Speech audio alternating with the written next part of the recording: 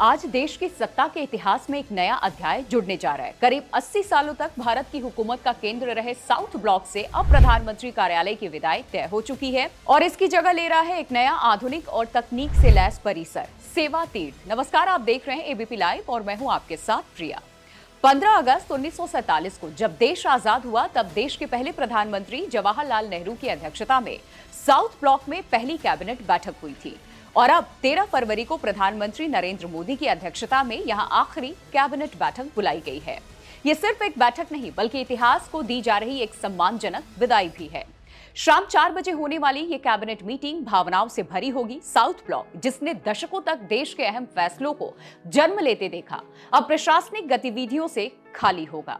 सरकारी सूत्रों के मुताबिक ये बैठक सांकेतिक है, एक तरह से उस इमारत को सलाम जिसने आजाद भारत की नीति और देश को आकार दिया। हालांकि बीते वर्षों में ज्यादातर कैबिनेट बैठक प्रधानमंत्री आवास 7 लोक कल्याण मार्ग पर होती रही है, लेकिन सेवा तीर्थ में शिफ्ट होने से पहले साउथ ब्लॉक में यह आखिरी आधिकारिक बैठक ऐतिहासिक मानी जा रही है। और अब बात करते हैं सेवा तीर्थ की, जो सिर्फ एक नया दफ्तर नहीं बल्कि कई प्रशासनिक सोच का प्रतीक बताया जा रहा है। दरअसल दिल्ली के दाराशिकोह रोड पर बना ये परिसर लगभग 2.26 लाख वर्ग फुट में फैला हुआ है। इसे करीब 1189 करोड़ रुपए की लागत से तैयार किया गया। यहाँ प्रधानमंत्री कार्यालय, कैबिनेट सचिवालय और राष्ट्रीय सुरक्षा परिषद सचिवालय तीनों को एक ही छत के नीचे लाया गया है। पहले ये अलग अलग स्थान पर हुआ करते थे, जिससे समन्वय में समय और संसाधन दोनों लगते थे। अब सेवा तीर्थ 1 में पीएमओ का मुख्यालय और सेवा तीर्थ 2 में कैबिनेट सचिवालय और सेवा तीर्थ 3 में राष्ट्रीय सुरक्षा सलाहकार और एनएससीएस के कार्यालय स्थापित किए गए हैं। ये परिसर पूरी तरह स्मार्ट ऑफिस कॉन्सेप्ट पर आधारित है। यहाँ high speed internet, digital archives, paperless work culture, अत्याधुनिक कॉन्फ्रेंस और रूम, सेंट्रल वेलकम फैसिलिटी, सब कुछ एक मॉडर्न गवर्नेंस सिस्टम की तस्वीर पेश करता है।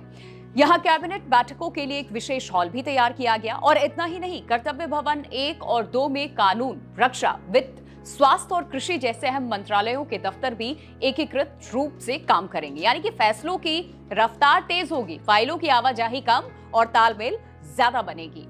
सरकार का दावा है कि ये बदलाव सिर्फ इमारत बदलने का नहीं बल्कि कार्य संस्कृति बदलने का है। सेवा तीर्थ और कर्तव्य भवन 4 स्टार GRIHA मानकों के अनुरूप बनाए गए हैं। इनमें आधुनिक ऊर्जा प्रबंधन प्रणाली, जल संरक्षण उपाय, अपशिष्ट प्रबंधन समाधान और उन्नत सुरक्षा व्यवस्था शामिल है। Smart access control, monitoring network और एडवांस इंफ्रास्ट्रक्चर के जरिए सुरक्षा को भी प्राथमिकता दी गई है।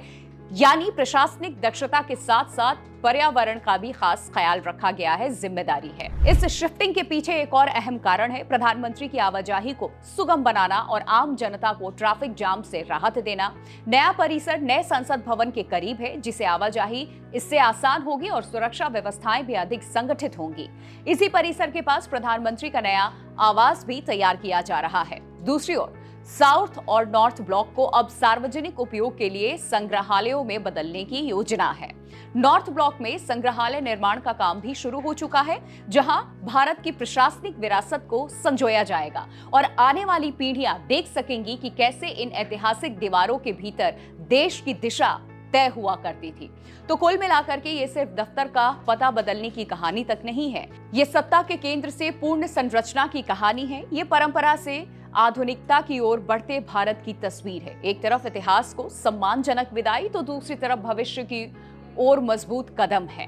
साउथ ब्लॉक की गूंज अब यादों में रहेंगी और सेवा तीर्थ से नए भारत की प्रशासनिक कहानी लिखी जाएगी।